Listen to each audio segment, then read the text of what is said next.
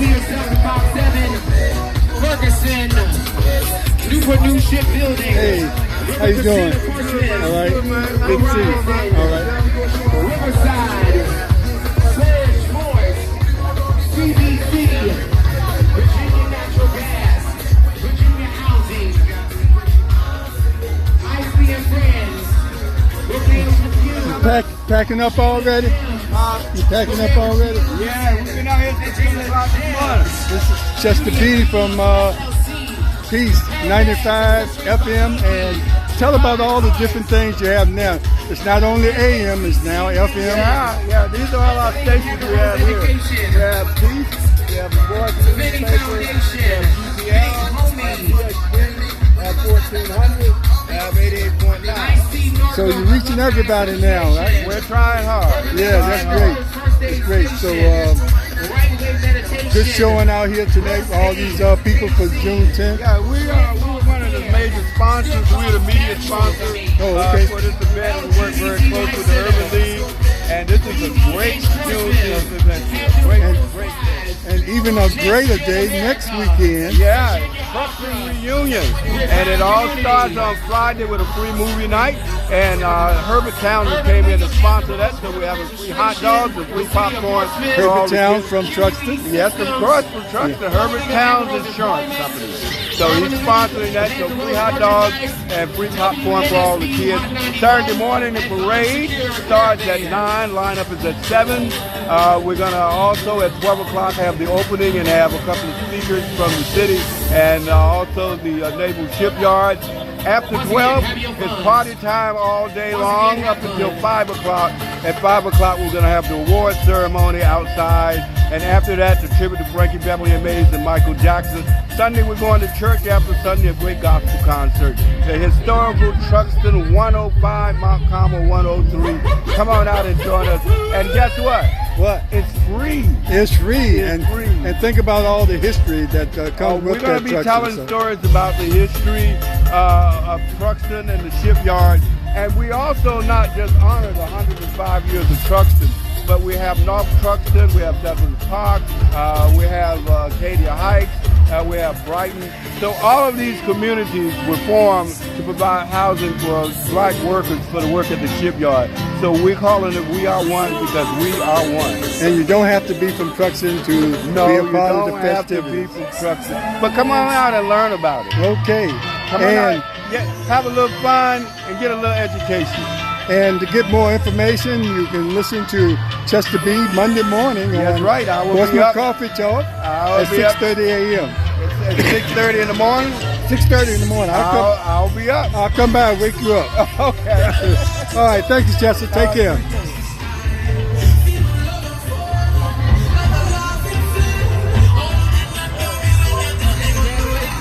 Hello, ladies. How you doing? My name is James from Portsmouth Coffee Talk, a little social media show we have. And I saw somebody mention that Black Brand would be out here. So if you, if you don't mind, if you want to tell the people what Black Brand is all about. Brian, can you tell the people what Black Brand is all about? Yeah, of course. Black Brand is the Hampton Roads Regional Black Chamber of Commerce. We support all things black entrepreneurship. So whether you're thinking about starting a business, or you already have a business, or you just want to be around a group of like-minded black professionals, you should go to blackbrand.biz, join, or just come out to our next event and come meet us in person. Okay, and how long have y'all been around? We are in our 9th year right now. We'll be celebrating our 10th year next year. And this year we'll be having the biggest black business conference in the state of Virginia. It's called Black Diamond Weekend. It'll be in November. Make sure y'all Google it. Okay, and maybe here's my card. Maybe y'all can come on Portsmouth Coffee Talk and talk more about it. Have you already got your Portsmouth small business license? Small business grant? No, we haven't even tried for that. We are LLC, so you put your name and number right here, and for free we will walk you through getting that small business grant. Sounds good.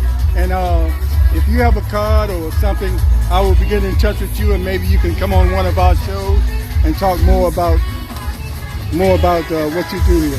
Brian Owens, Program Okay. Director. Contact me anytime. All right. I'll be in touch with you real soon. Absolutely. Thanks a lot. Let me Good, sign. man. All right, James, over to you. Okay.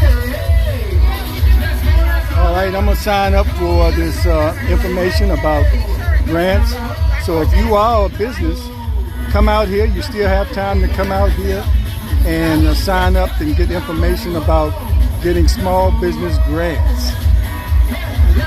So do that. Thanks a lot. I appreciate it. Take care, ladies. All right, we are still here at the Portsmouth Coffee Talk, and we're walking around looking at some of the other activities here on June 10th.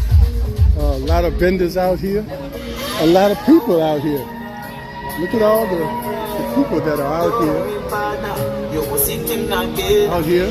Don't worry, lover. Don't worry, friend. Don't worry, partner.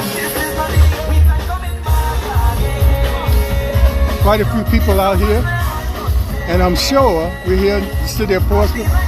Most of these people, or a lot of good percentage of these people, are not from Portsmouth, but they have come into our city to enjoy the Juneteenth, celebrating Juneteenth here. So we're going to walk down a little bit more. So how you doing?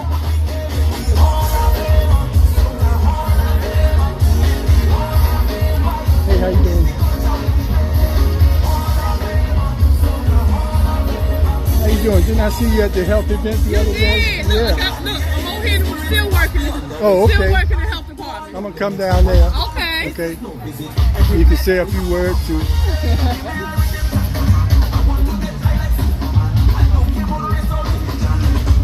Okay, we are at the health department display here.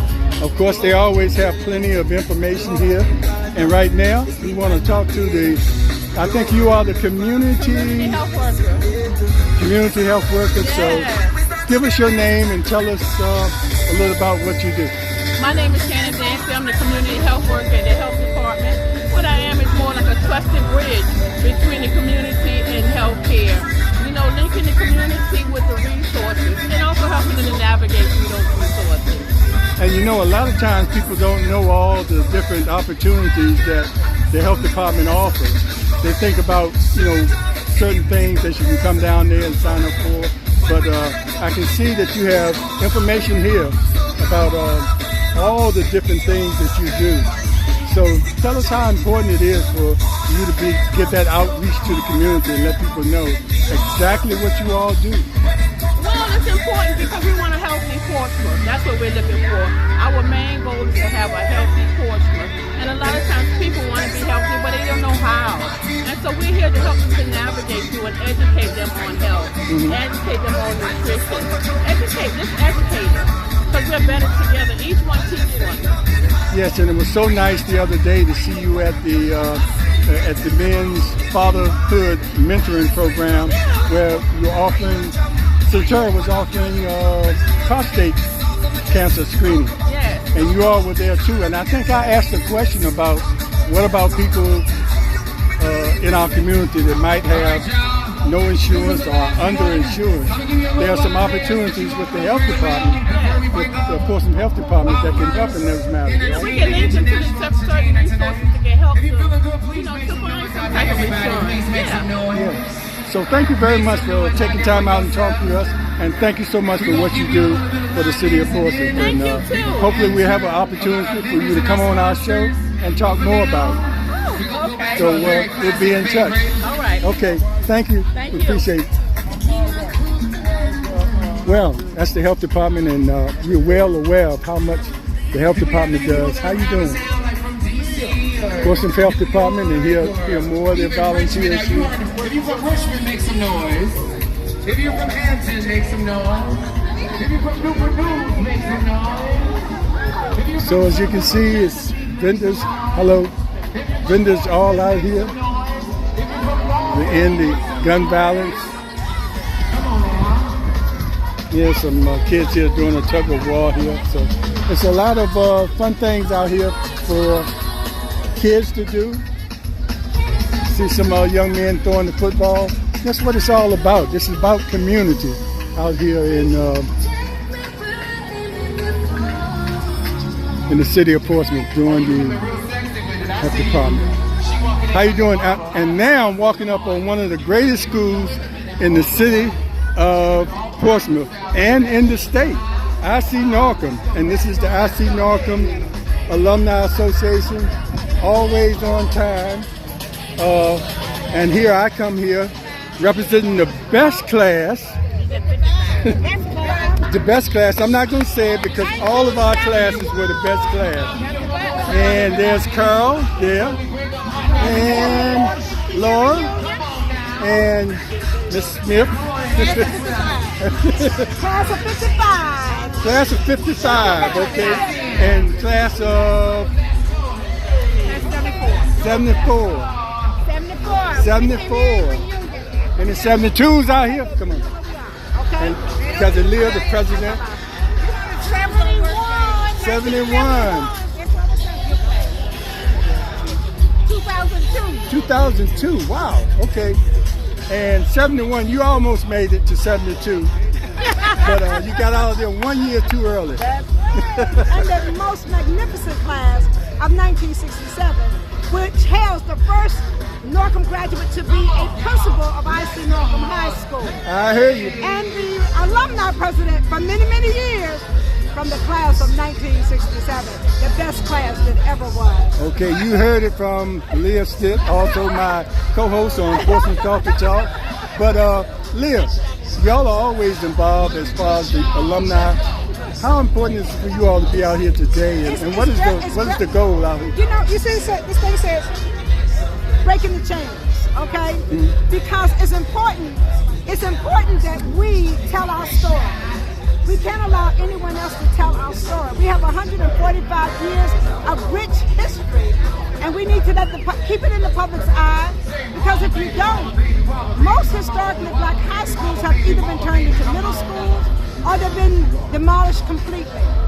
We are the second oldest historically black high school in the nation, and we must keep that legacy alive. Yes, indeed. And I was talking to two people from Maggie Walker today.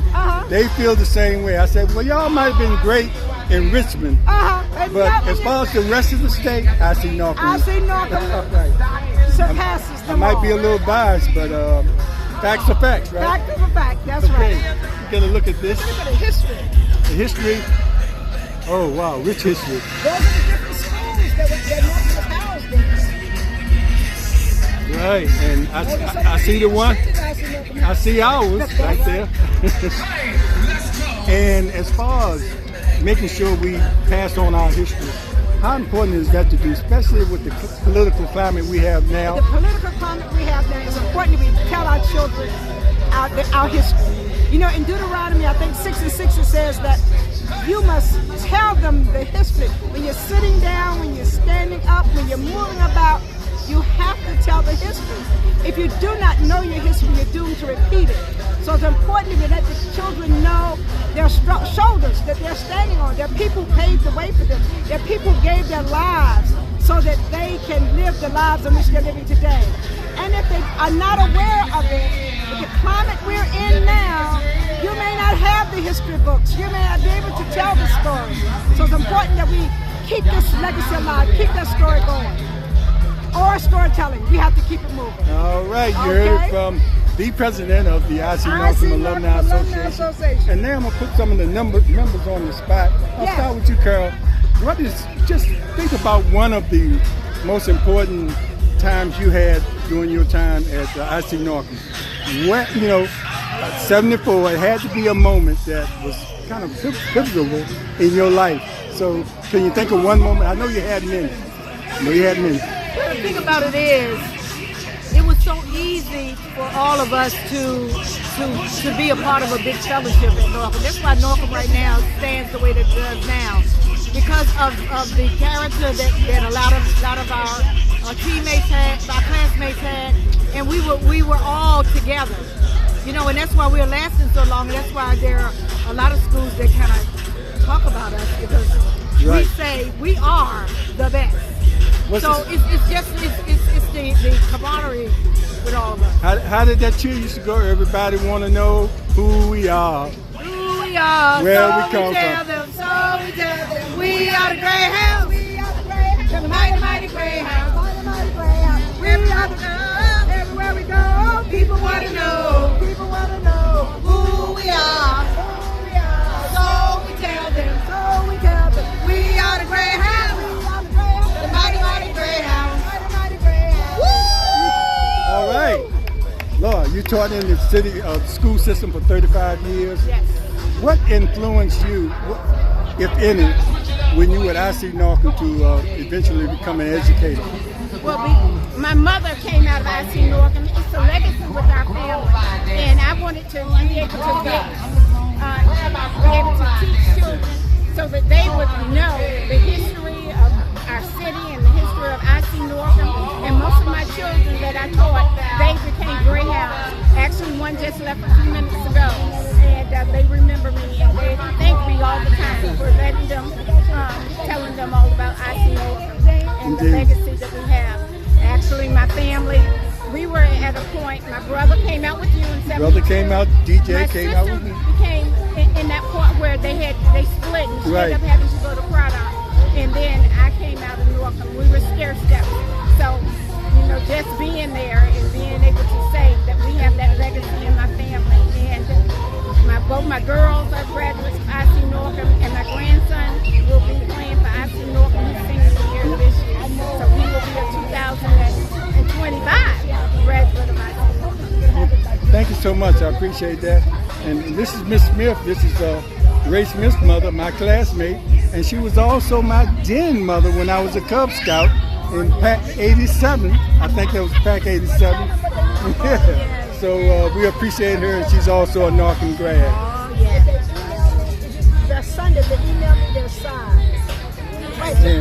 And I just want, you came out in 71. Like I said, just missing one of the greatest classes that came out there in 72. But you couldn't help, when you were born. And but anyway, I'm also know your class is so great. What are one of the many moments that you can remember during your senior year in the class of 71 at IC Norcom? I was really influenced by Mr. Bailey. He was my sociologist. You were influenced by me. I was influenced. Mr. Bailey. Yes. Was he walking around with the camera at Norcom? I remember he had the reputation of when he went to Craddock, having the camera around his neck. Is that the same? I don't remember him doing it at Norcom, but well, he actually influenced me to major in sociology because I love people. I like to see what people do in different settings, and that's why I chose sociology. And at first, I didn't want to be involved in history, sociology, or anything like that. And I'm so glad that I decided to go with sociology. And I just like the spirit of Norfolk. How we just stood together, how we were one big family. I really love the spirit of Norfolk. Well, thank you so much. I appreciate it. And we had a good time in those early 70s. But we learned a lot, even outside the classroom, that shaped us into who we are today. Thanks for talking to me. I appreciate it. And you came out in the 2000s. There was one time we didn't even think the 2000s was going to make it. Remember when 1999 they were saying 2000? So you had a good experience at IC Norcom? Yeah, you enjoyed it? Oh, okay. We appreciate you being one of our fellow Greyhounds and coming out in the 2000s and keeping that legacy going. Thanks a lot. He actually wrestled. He wasn't. Oh, you were a wrestler? Oh, okay. An athlete like me. You probably actually wrestled. I sat on the bench. But I wore the uniform. Yeah. Thanks a lot. I appreciate it. Okay, that's the IC Norcom alumni.